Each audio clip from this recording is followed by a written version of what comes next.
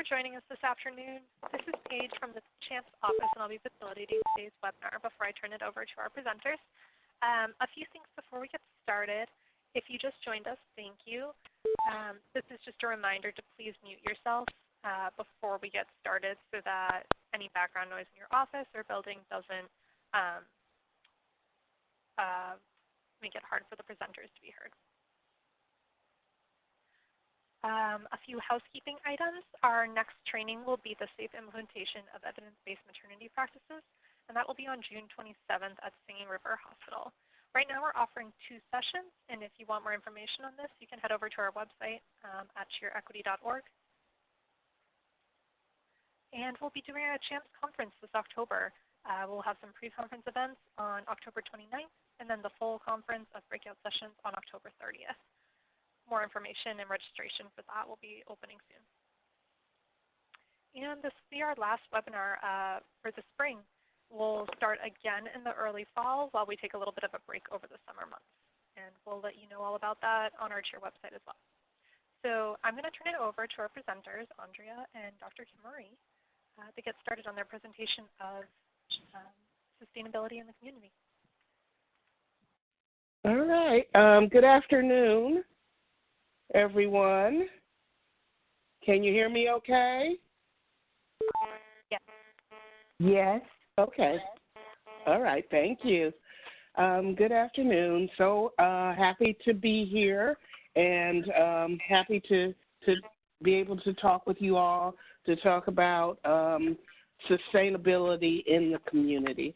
I'm sure, as you all know, there are some really great things going on in the community also in Mississippi, and we are so happy about that.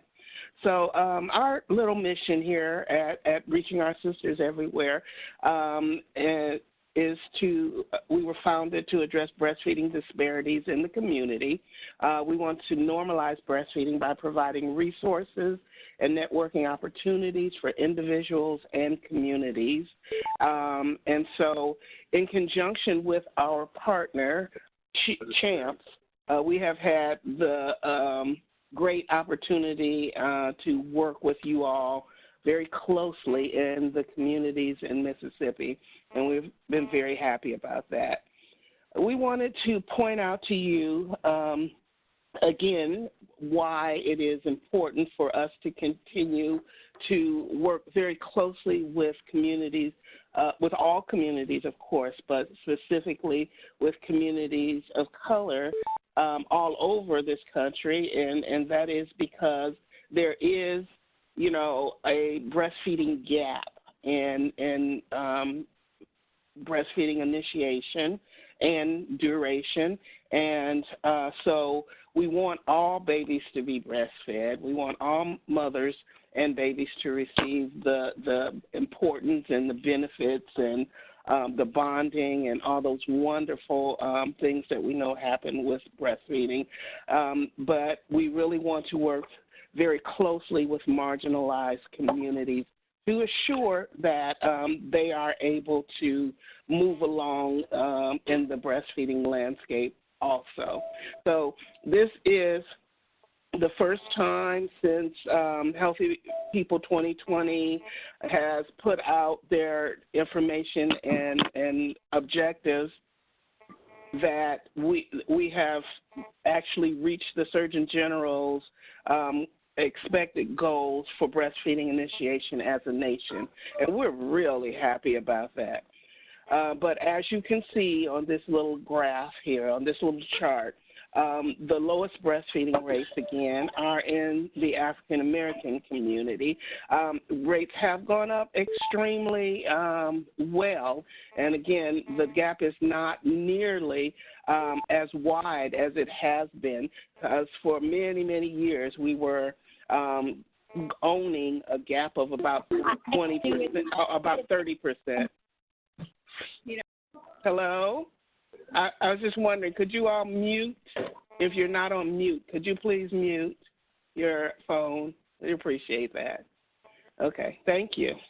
So, again, this is one of the reasons why we are doing sort of the outreach, a lot of the outreach that we're doing.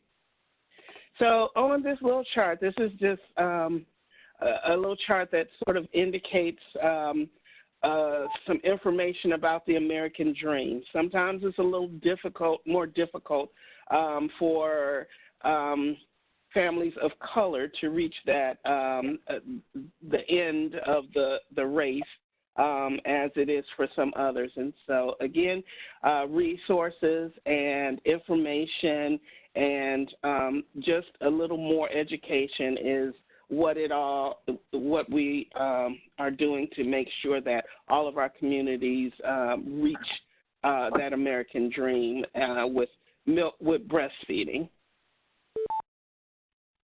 So what we know, again, is that there's a lot going on in our communities.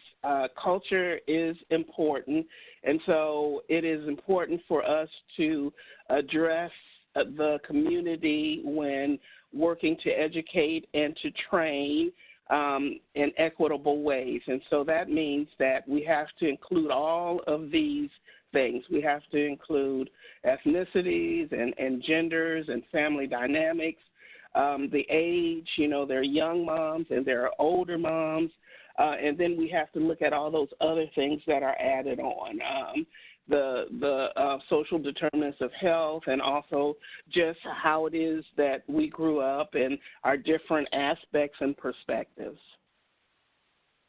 So cultural competency is extremely important in the work that we do. And again, addressing young mothers and addressing more seasoned moms, it can be very different. And also the families that we serve.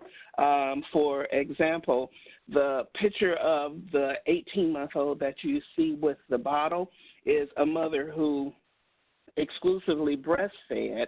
And her baby was a cardiac baby and was not able to go to the breast for about 5 months in the neonatal intensive care unit. But he never got anything else but breast milk. But this mother felt really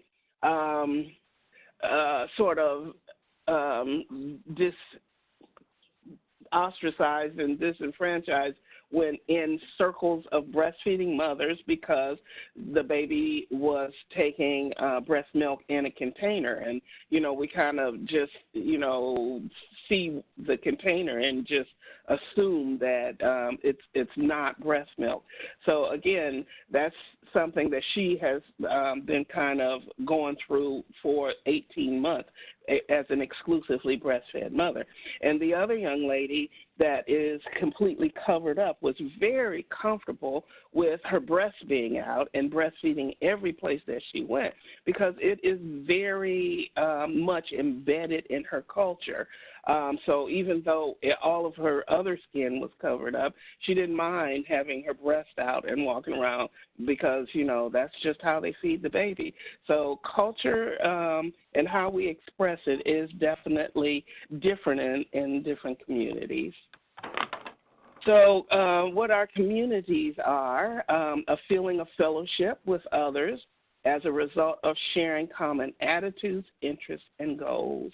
And so even, as we know, geography also matters.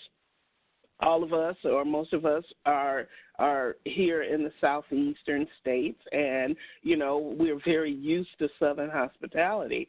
It would be very difficult to go to some other places, such as New York City, and I've been there and look at people and smile and speak, and they look at me like maybe I was a Martian or something. And so culture is just a little bit different. But again, that's why it's vitally important for what it is that we do to be on the local level, for us to break down our services, our assistance, our relationships on a local level. And so we have worked with developing what we call community transformers in many of the communities in Mississippi. Some of them are on the line today, and they have been just a fabulous, fabulous addition to making sure that moms are successful at what they choose to do in the community. We have been so fortunate to work with so many hospitals now that have been designated baby-friendly. But again, moms are in the hospital for 2 to 3 days, maybe just a little more. And we are wanting mothers to breastfeed their babies for a year, 2 years, and beyond. So therefore, the majority of the breastfeeding, of course, is going on in the community. So it is imperative that we prepare the community for long-term breastfeeding strategies. And this is kind of new for the United States in general.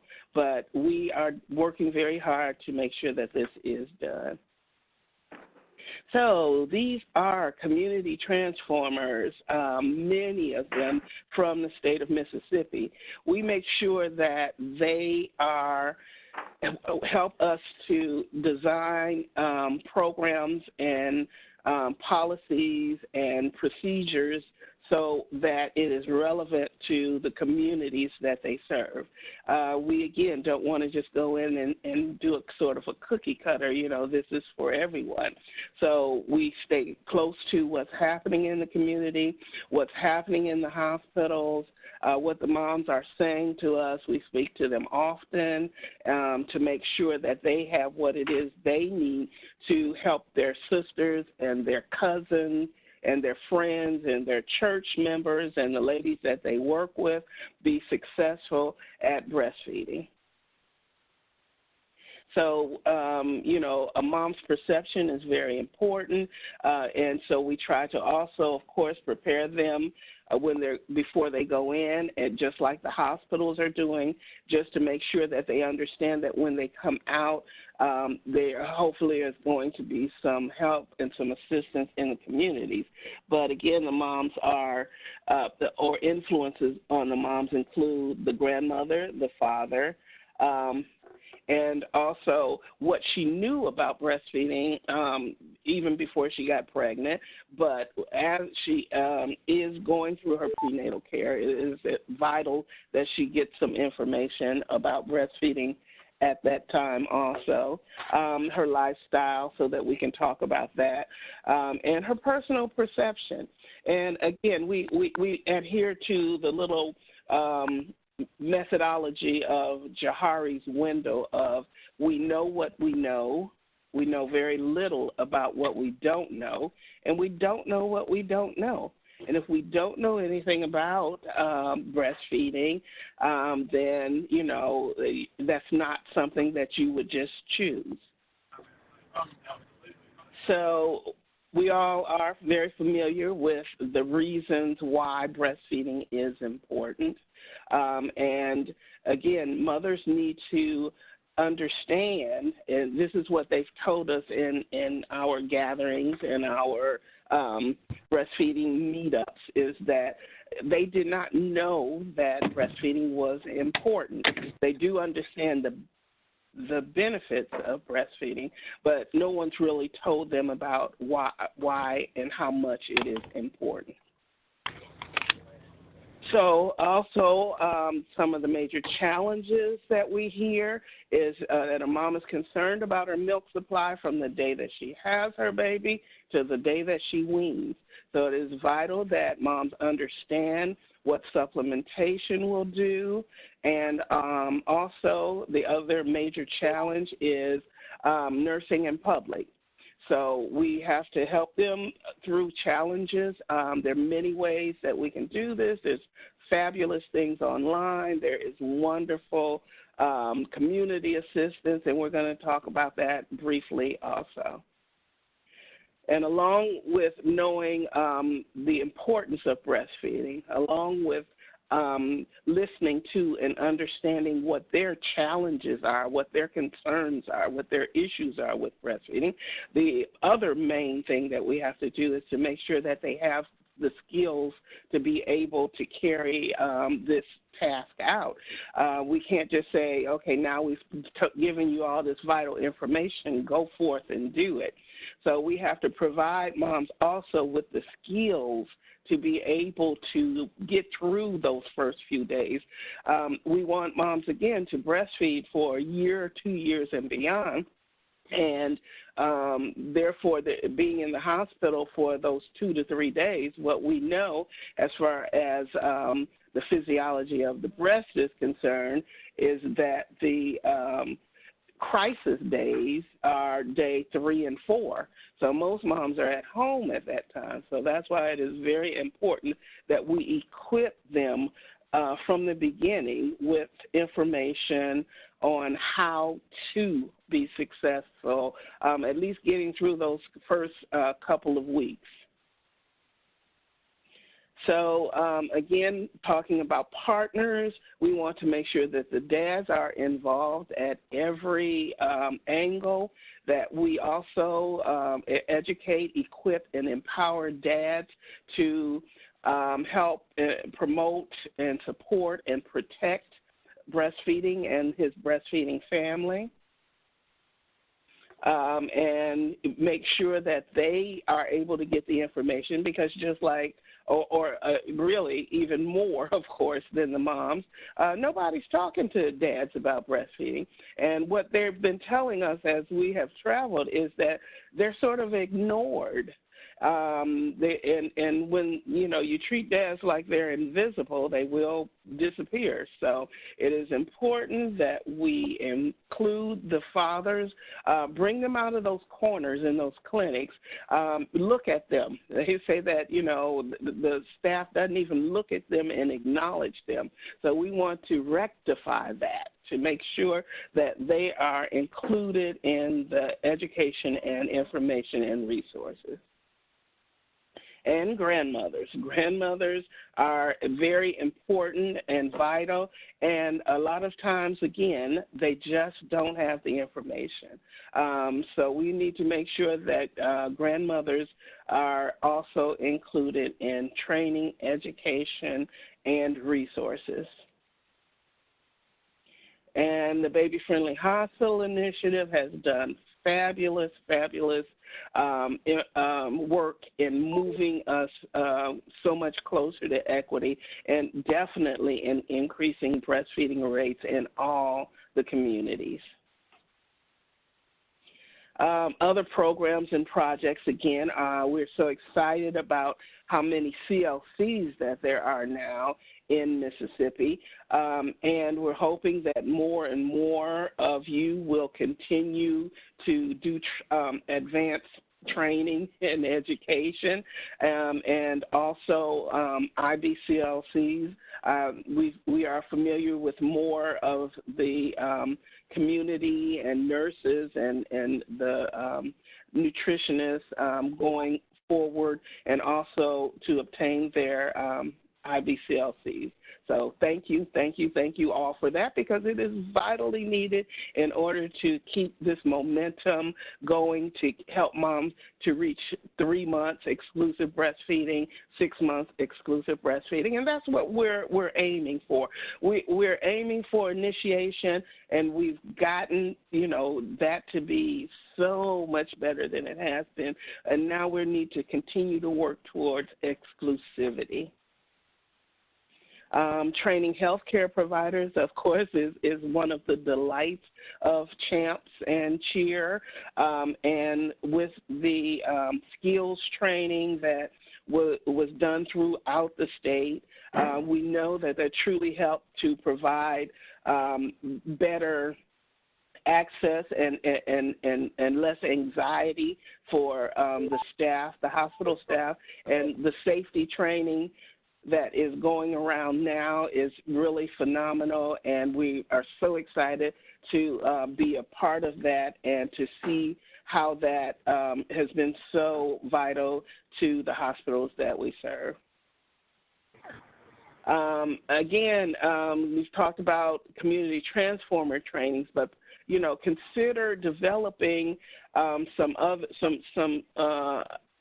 outpatient clinics for in your areas also. We are so excited. There are so many baby cafes. We just looked on the site yesterday and found that there are about 12 baby cafes in the state of Mississippi. And that is so wonderful because, you know, baby cafes have specific criteria that includes that they have to have free drop-in clinics at least once a week. So at least once a week in 12 different places in the state of Mississippi, women can drop in and have their breastfeeding questions and problems addressed by trained professionals, CLCs and IBCLCs. So take full advantage of those 12 baby cafes that are in your state. We just realized yesterday when we were looking at, you know, preparing to talk to you all, we looked up the state of Georgia, and we had 2 baby cafes. So you all have 12, so we are truly jealous about that. Making sure, you know, images and information and resources make a difference. So we really lobbied in our state to make sure that they put some information on the nursing pods. And so we were able to get them to put some of the statistics that Dr. Melissa Partik has sort of reminded us in articles that she's written about why breastfeeding is important. And this has made a major difference, we think. Just folks going through our airports, we get pictures and things all the time of, you know, hey, look at this. They actually have information on their nursing pods. Images matter. You know, what we would love to see is in pediatricians' offices, in OB offices, in, you know, all the offices, family practice physicians' offices, mothers breastfeeding, families, babies, you know, saying I'm a breastfed babies. This, again, would go a long way towards sustainability of breastfeeding. Again, the baby cafes we've talked about, mother meetups, and breastfeeding clubs are all things that you can develop in your communities, and we, through Champs and Rose, would be very happy to talk to you about that and work with you on those. So lastly, I would just like to say this is what equity looks like. This was a conference that I attended, and there were 300 people at this conference. There were 3 men and 297 women. And so at this hotel, what they did was there were 2 large restrooms on the ground floor where the conference was. So they made both of those 2 large restrooms women's restrooms. So they put these fresh cut flowers in the urinal. And so the 3 men had to go up 1 flight to a men's restroom. But this is equity. This is giving the target population what it is that they need for their specific circumstances at that time. And that is what it is that we're trying to do to make sure that breastfeeding moms are successful with achieving their breastfeeding goals. And now I'm going to turn you all over to Andrea. Hello, good afternoon, everyone. I hope you all can hear me nice and clearly. Thank you to Dr. Buggs for setting the tone around, you know, what is important to addressing the community needs to ensure that their path and journey for their breastfeeding is one that is successful. I'll dive in a little bit more on how we help to maintain that sustainability. As you've heard Dr. Buggs mention in regards to baby-friendly hospitals, in the state of Mississippi, almost all the hospitals are on some pathway to baby-friendly designation, or at least changing their policies and practices in order to better support mother-infant bonding. And this is an absolutely beautiful thing. In fact, when we bring it up in all the other spaces that we are invited to on a national forum, and we mention just how forward-moving Mississippi is in regards to the baby-friendly hospital, task, many people are just really, taken back. They are excited. They are definitely looking forward to seeing what changes will come, and also wondering why their state hasn't gone on the bandwagon as well. And so what this means for, Mississippi is that in those days that families are in the hospital, and with the amount of training through CHAMPS and other collective work have been doing with hospital staff and providers, is that we can expect more families to leave the hospital successfully initiating breastfeeding. And that then puts the onus on us as a community to help ensure that the rest of their journey, that family's journey, maintains to be successful with as little hurdles are the support necessary to overcome those hurdles. And so this picture of the lovely bee on a flower is very much so a representation of mutual beneficial relationships. The bee comes, pulls from the flower to create nectar, while then the bee is bringing pollen over from other flowers in order to pollinate that flower.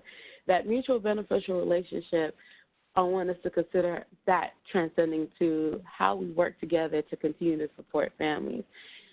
In this space where we have many people in the community that have been trained thus far through works with the CHAMPS Cheer project from Rural Community Transformers, Dr. Bug mentioned the CLC trainings, and so on and so forth. This is all showing the amount of work and effort that has gone into increasing community resources. And the other thing to keep in mind is that some of the work that we've done here is also worked with some of the ladies that have been trained as community transformers to be trained, to participate in our train the trainer, so that way they can go forth and also train other women in their community on how to support families through their breastfeeding journey. And so in the aspect of the mutual beneficial relationship is that as we form these partnerships, we want to ensure that in order to help maintain sustainability, that all partners involved in this work in bridging support and ensuring that families are able to get access to the care that they need in the communities, that all partners working together in this are benefiting. We know, especially when it comes to communities in more rural areas in Mississippi, we often hear, the importance of having that one-on-one support. And so when we are working with individuals, consider, who are we identifying as additional champions that can also be trained to be able to support families in areas further away from the city center. And so when we're looking at sustainability and organizing events or organizing initiatives, it's very important to consider who's at the table. When we are planning and creating initiatives, I think Dr. Bug has already mentioned it, but I'm going to reiterate it, is that we cannot do things to the community, we must do things with the community. And strategies are so much more effective when we have those that are most impacted, families, providers that are serving families in the community at the planning table in the beginning when we are forming initiations, when we are forming projects or any type of community-related event. And so if you look at the table and you say, I don't think we have community representation here, that might be something to consider to pull in before the planning process continues.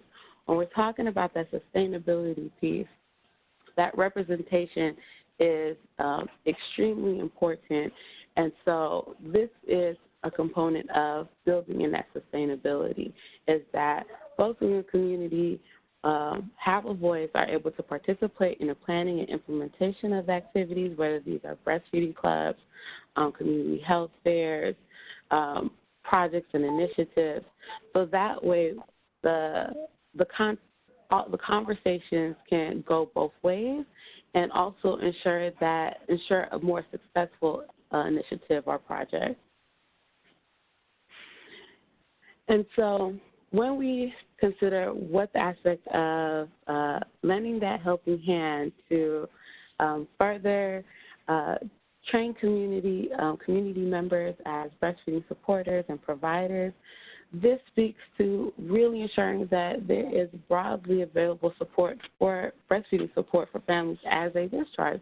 Like we noted, Mississippi is doing some amazing work in getting these hospitals to change their practices to ensure more families come out of hospital breastfeeding. So we want to ensure that there is a safety net, there is a bridge of support upon discharge. And so that means that, although plenty of people have been trained thus far, it doesn't hurt to continue to grow this village of support broader. And so I recommend that, whatever your capacity might be, if you are in a position where you're able to help bring in more community members to participate in breastfeeding education training, I recommend that. Like I said, Rose, in our work with Champs and Cheer, have trained some of our community transformers to lead some additional training, a shorter kind of abbreviated community transformer training in order for them to train other women to be able to provide the support, to be able to be that motivator for families and also to distribute the workload just a bit.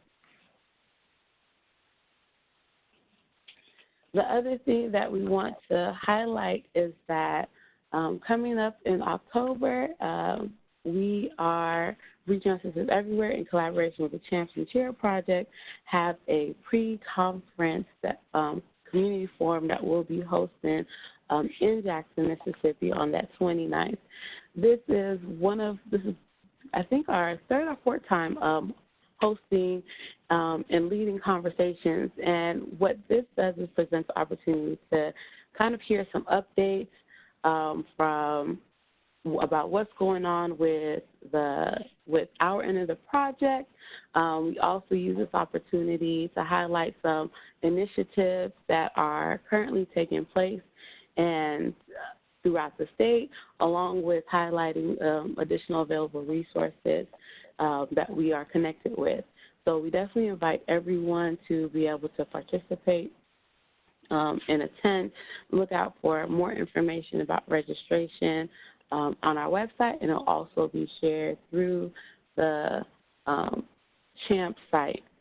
But overall, when we're considering the sustainability aspect, it is important that we continue to support providers and work in a way that is mutually beneficial to all partners, ensuring that those that are giving their time, their community expertise, are invited at the beginning of the planning stages, whatever those planning stages you might have in your events, so that way they can provide input. They can help shape the initiative to ensure a bit more community buy-in. And also, along with that, creating opportunities for continued mentorship, because we know that we're going to see a lot more families return from the hospital with a bit more successful breastfeeding initiation rate.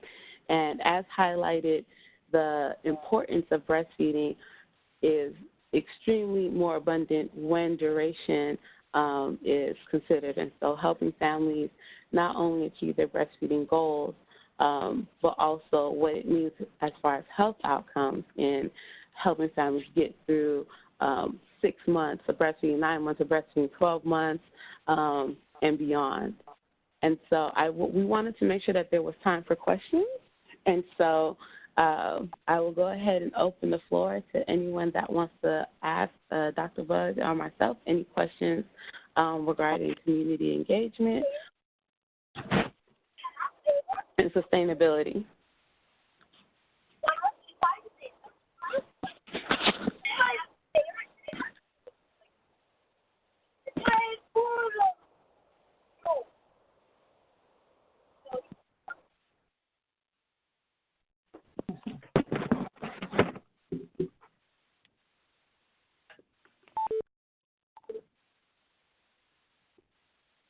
Any questions, comments or concerns?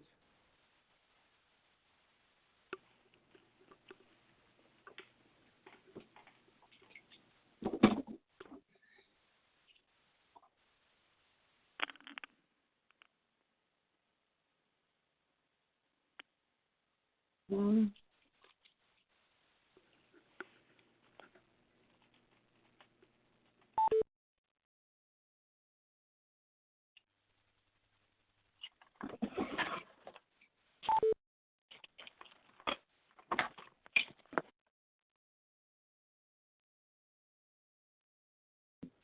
Well, if there are no other questions or comments, I guess we'll turn it back over to the CHAMP team.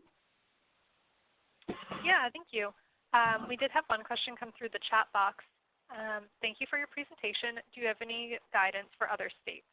Yeah, I know you guys have been doing a lot of work in Mississippi, and we appreciate that, but I know you have done some work in other states as well. Well, yes, so we are doing one of the things that we've done is and we're working to put it together and we'll disseminate soon, is a breastfeeding blueprint for the African American community. So we got some really great data from PRAMS, and we have been collecting interviews. We've interviewed researchers. We've interviewed moms from all over the country. We've interviewed providers, physicians, nurses, nutritionists, social workers to get a overview of what they felt like the challenges were, what things were working really well, and where it is that we need to go now. Because, again, we are really, really in a good place as far as getting women to start breastfeeding. But one of the major things that we found is that they stop really early because of challenges. Like 20% of the women who start breastfeeding stop breastfeeding in the first week. And so it's like 20% a week or so that stop. So it is so important for us to be able to get women to be successful with breastfeeding for what we see at least 6 to 8 weeks. And then if we can make it through those 6 to 8 weeks, then they tend to be pretty successful. But that 6 to 8 weeks is really hard. And it's things like we mentioned, having those crisis days and having nobody to really talk to. Moms feeling sad and not understanding, about baby blues or possible, what's going on with them. Again, wanting to go out and nobody really able to help them, understand how to cover up if they choose to, or that there are those laws in all 50 states saying it is not illegal to breastfeed in public. So those types of things are, and many, many more, are things that we saw all over the country. So we're going to be really excited about sharing that breastfeeding blueprint. And then to add to that, one of the things that we have noted is that whether it is hospitals or doctor's offices, pediatric, family, OBGYN offices, is that many of the providers say that they don't know what resources are available in the community. That has been like an undertone that we have consistently heard. And so if you are doing work providing breastfeeding support in the community, or you are in touch with folks that do, it's important to foster those relationships with the local doctor's offices, pediatricians, so on and so forth, so that way we can truly see families getting that support. This is part of that step 10 of the baby-friendly fostering relationship, and oftentimes that's just seen at the hospital level. But in all the practices that are working and serving infants and babies and women and families, it is important that they're aware of what community support is available, because on the community side, it's often said that no one shows up to the breastfeeding club or the gathering or the event and so forth, and so that really speaks to the gap in communication. And so fostering those relationships, I think, would be one of the easy kind of first steps to helping to bridge some of that support gap that occurs. And then while that's happening, you know, identifying, you know, those families that are really elevating as champions, you know, the families that are strong, you know, having, not necessarily a perfect breastfeeding journey, but, you know, whether they've overcome the hurdle, but overall, you know, they are thriving through their breastfeeding journey, you know, identifying those families and elevating them, supporting their efforts to be able to maybe support other families. You know, they are champions, and they also know their community the best. And so the cycle or circle of resource is definitely what is necessary for the sustainability aspect. We have to look at it as a circle, not a straight line, because it's, you know, eventually the folks that might be doing great work in supporting families now, you know, as their children age up, some folks kind of fall off on right. giving support. You know, their attention shifts. And so we want to continue to build just a circle of resources where not only are we mentoring, you know, new potential providers in the community, but also maintaining relationships with the healthcare providers at all intervention levels, from hospitals to doctors' offices. So I hope that kind of helps as to some ways that you can start taking some steps in your local community, because I've seen that play a major role in Mississippi. You know, when we've gone to do some of the hospital visits, you know, the hospital talking about, you know, where they can send moms to support, for breastfeeding support after they discharge. In one particular community one hospital that we particularly spoke with, it talks about the Facebook page that, you know, someone in the community has that acts as an excellent resource. There's like 100 and something moms in that group, but it's all moms in that surrounding area, right? Yeah. And so, and because they understand that, you know, we cannot have a Facebook page, you know, like that. So for them to have worked in conjunction with a mom that had already established one, and, you know, utilize that space for posting, you know, flyers to additional support, but also a space where questions can be asked, you know, that is relevant to their local community, especially because they know that they serve families 1 to 2 hours out, you know, away from, you know, the hospital center. So it's good to kind of consider all avenues of, you know, making support available, but also what that relationship looks like between the entire continuity of care. That's the piece. Yeah, I had another question come through if we have to answer it. Do you have any advice on how to encourage more women of color to become CLCs and IBCLCs? Well, from the trainings that we have, the question I'll repeat it for Dr. Buck, tips on increasing the amount of women of color who, get more women of color interested in becoming CLCs and IBCLCs.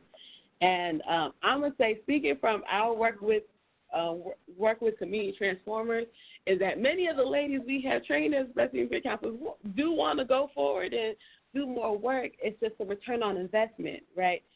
For both credentials is the cost to be able to, you know, sit for either exam, also the cost associated with, you know, if there's additional college courses that are necessary. So the people that want to do it, especially of color, and, you know, we can speak from experience, is a large amount. But it's also, you know, the cost, you know, being cost prohibitive.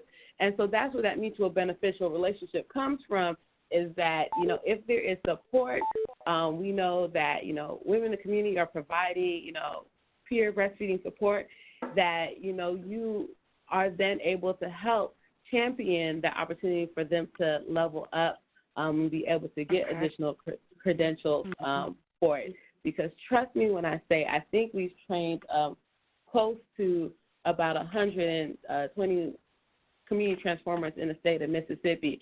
And the question about getting additional training and going further. It always comes up in every training. And if we as an organization had $1 million, well, more than $1 million, if we had an infinite amount of dollars, we would support each and every one of their journeys through that process. It's just that there are barriers in place. And so in helping to kind of build that relationship, we can identify ways to allow for them to further on in the work, but also ensure that, you know, it is a good return on investment for them as well.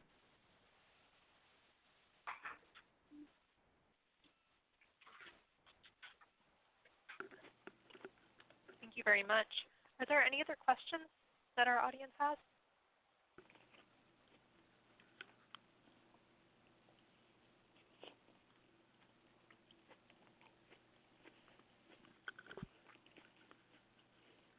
And I have a question that just came through. Are community transformers available throughout the state of Mississippi? They are. I'm going to have Dr. Bug answer that question. So mostly community transformers have been trained probably in the hospital areas that invited us in. So we have trained in the Biloxi area, in Jackson, the Golden Triangle area, Waynesboro, and the Delta. Those are the areas we have done the training. Those are the hospitals that invited us and helped us to gather a group of ladies from their community.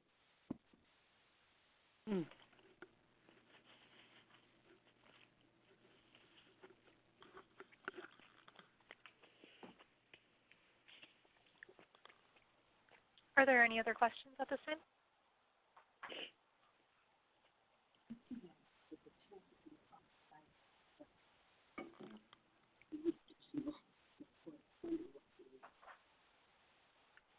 And one of the other things is with through the CHAMPS project, we have been able to offer the ladies that work with us, who are Rose Community Transformers, stipends. And so that has a very small stipends.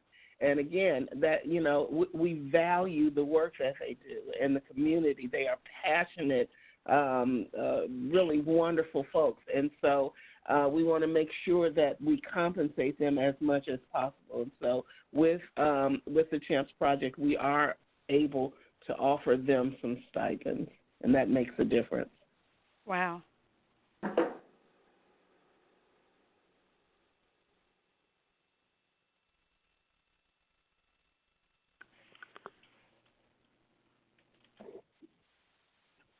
Well, we hope to see you all in October at both of our events. I guess at least the community event and the hospital one will be for the hospitals.